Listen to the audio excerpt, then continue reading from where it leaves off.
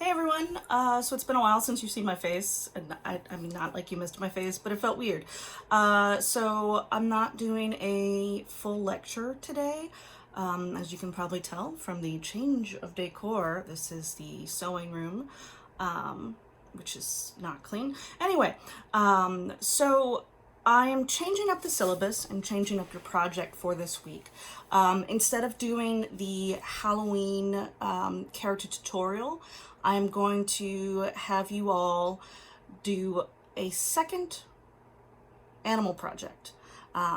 This will not replace the grade of the first one, so if you want that grade changed, you still have to redo that. But this will be you doing another animal. And I want to clarify a couple of things. Overall, I think that you all tried, and I think that the animal project, you tried hard, not just like you just didn't. But with the animal project, I've always hesitated on making this a project in past makeup classes because a lot of times it turns into just face paint without actually trying to do the contouring and change the planes and dimensions of your facial structure. Some of you did attempt that and did quite well with that. But overall, there were definitely more of the face painty type things. And by that, I simply mean, applying color in areas to resemble a deer, which half of you chose, or a cat of some kind. And instead of actually trying to make the structure of your face resemble that animal. So instead of, trying to really emphasize cheeks or the brow ridge, which you would do for a deer or something like that. Now, I think partially this is because a lot of you were going off of trying to follow exactly some of the supplemental videos I put in there. And so that's why I wanted to clarify too that with these supplemental videos, these are just additional techniques I want you to look at. It's perfectly fine if you get inspired by those videos and you want to do your own version of that, but I'm not giving you those videos because I want you to exactly recreate those things. Again, it's completely fine if you get inspired by that and you're like, oh, deers are cool, I'd like to do a deer. Or cats are cool, I want to do a cat or a leopard, or however that goes. But it's not that I want you to copy it exactly. Just like with my lecture videos with the old age and things like that, I'm showing you different techniques, but I'm not expecting your faces to look exactly like mine for a multitude of reasons. So instead of you doing your Halloween tutorial, and I'm doing this for two reasons. One, because I really want you to have a second pass at this animal makeup because in all likelihood, this will be the thing that you actually end up doing on stage if you pursue a career in theater, and assuming theater happens again in the future. And two, because doing the tutorial video, tutorial, doing the editing for that, it is time intensive. And I know this is midterms, so you probably have other projects to focus on this week. So I wanted to give you something that's a little less intense. It will still be 20% or 10%. It will still be the same percentage of your grade that the Halloween tutorial was. So know that this is more than this. This is a pretty high percentage of your grade. Outside of your final project, I think this is the next biggest graded project. So please keep that in mind when you're doing this. This should not be a last minute thing. This should not be something that you are putting together Monday night. So there are a couple of things that I'm requiring of you for this. Just like with the fantasy project, you have to do prosthetic pieces. Now those can be hair, so if you're doing a furred or hairy animal, go for it. This is a great time to go and buy some super cheap wigs from all the Halloween crappy stores and cut them up, make stuff out of that. If you want to do an animal that has horns, that's great. If you want to do lizards, or birds or things like that, those are also super awesome. If you're doing anything with scales, then you can do scales a couple of different ways. You can do them as prosthetic pieces. What you can do is you can take a piece of plastic and you can, or a Tupperware or a glass surface, even a mirror if you want to, if it's flat, horizontal flat, not vertical flat. And you can lay that out and just do layers of latex or of the glue if you're allergic to latex. And you can then, after those are dry, you can cut those up, and those can be scales that you apply to your face, so you have this great natural texture that you're working with, so you're not starting from scratch. And that's also a prosthetic. You can do the same thing with hot glue. Do not put hot glue directly on your face for very obvious reasons, but you can build up hot glue onto surfaces. So you can use hot glue to make horns again. You can use it to make scales. You can use it to kind of help build up a nose structure if you want to. Like, you can use the hot glue to create the basis for your nose structure and build up around that with your nose and scar wax and your latex or your glue or whatever you're using for that. And the same thing for a bird. Like, if you want to do a beak, you can do that kind of thing as well. But I really want you to focus on three main things: the prosthetic and incorporating that into the rest of the texture of your design. Two, I want you to focus on really changing the architecture and the dimensions and the definition of your face. So I want you to look as little like a human as possible. So, you want this to be a real nice blend between the animal and a human. So really try to see which of your features you can change. I think changing your brows, creating a different kind of brow structure here, especially if you're doing some kind of cat, whether it be a house cat or a wild cat, really changing this is going to make a huge difference. Changing the nose is going to be huge as well for almost every animal.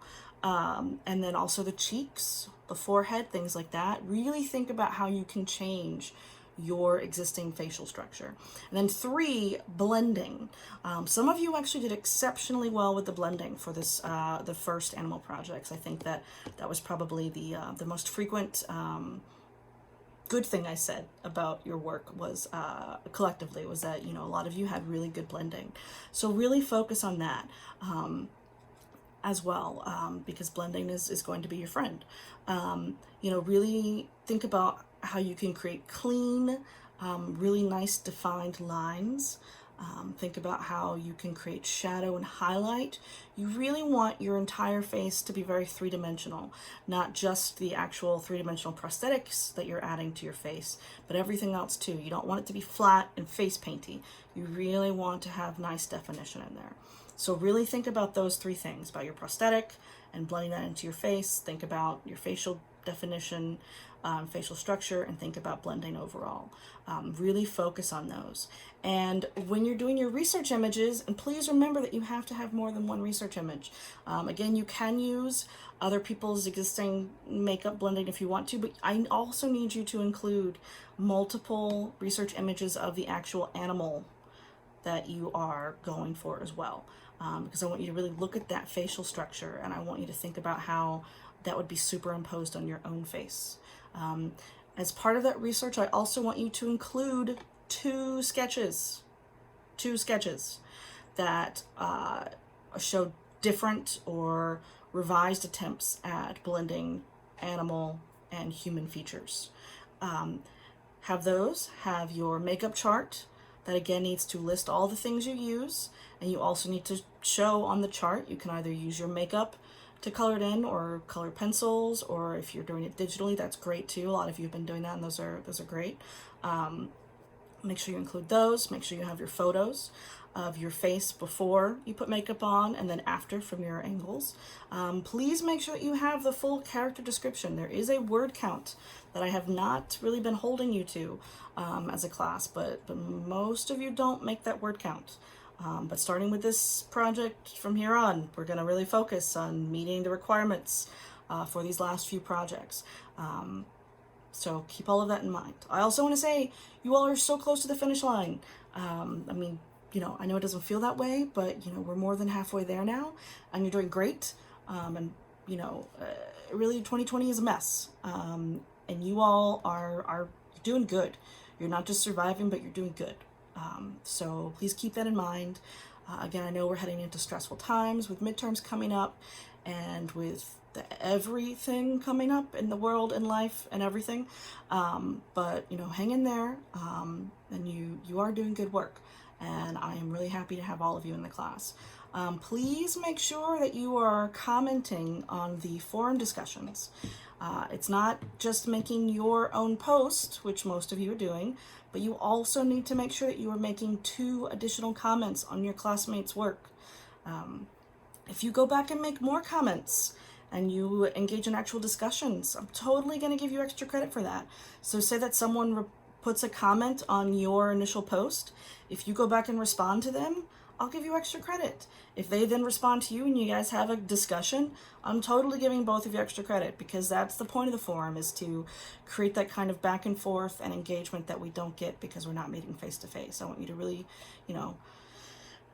try to engage with humans when you can, safely, as much as you can. I also want to say, you have a full week before this is due. Use that time to contact me if you have questions or thoughts. If you want to be like, hey, I'm thinking about doing a bird. Do you have any suggestions? Or hey, I'm having trouble doing this. Do you have any suggestions? Things like that. I'm totally here for you. I would love it if you ask me questions. The few of you who have reached out, I hope that I have been helpful when you have asked me questions. And those of you who haven't asked questions yet, please ask questions. I really, that's what I'm here for. A couple, maybe like 1 or 2 more things, and then I'll end this. And now I've forgotten what those things are.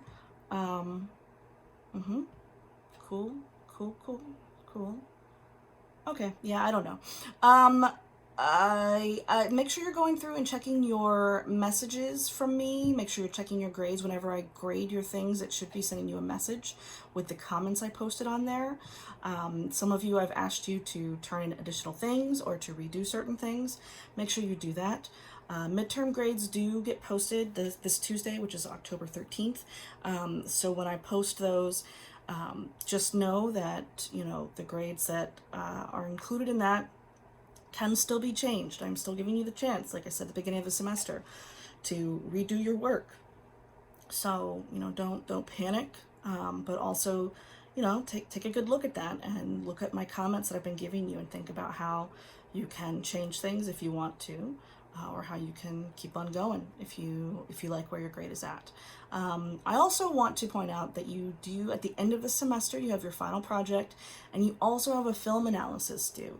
So go ahead and look at that film analysis, because if you have some time, between now and the end of the semester, you can just knock that out, and so it's ready to go. I mean, you can't submit it yet, but do work ahead if you can, and not just for my class, but for your other classes too. There will be some things that you can go ahead and finish up. It's going to be weird. A lot of you are, not many of you are freshmen. So, you're used to a different schedule in terms of, having Thanksgiving break and then having those couple days to hopefully rest, but sometimes to catch up on work, and then coming back and, making that push for that last week of class and then finals week. It's different this year, right? We're finishing up before Thanksgiving. So, the timing's going to be, it's going to be a crunch, and it's going to sneak up on you. So I don't want, you all to be sort of in a panic about that. So whatever work you can do ahead, go ahead and do ahead. Now, I know I'm changing this project from the Halloween tutorial to you doing another animal, but that's the last project I'm changing. So, after this, we're doing zombie, we've got our copycat, we've got our redux, we've got all of those things. I'm not going to change those projects, but I am changing this just because I think that, this really it is important. That said, I am offering 5 points of extra credit on your final grade if you want to also submit an actual Halloween look. I'm not just going to give 5 points away if you put green face paint on. It has to actually be, a full project, because 5 points is essentially what each of these projects are worth, if you think about it that way. So if you submit an entire project that is a Halloween look that is of the same level of detail and things that I expect of you, then you can earn up to 5 points of extra credit. So I will go ahead and I'll post that on on Moodle so that you can submit that. Moodle, by the way, is, you know, where you go to click on the course and stuff. I think that's all for this week. When we do zombie, I will do another video because I want to show you stuff, because I'm gonna throw you all a bit of a curveball, but a fun one. It'll be fun and easy and chill and disgusting. It has nothing to do with dry or wet zombies, but, you know, keep that in mind and think about if you want to be a dry or wet zombie. Anyway, I'll see you guys next week, and keep on doing good work.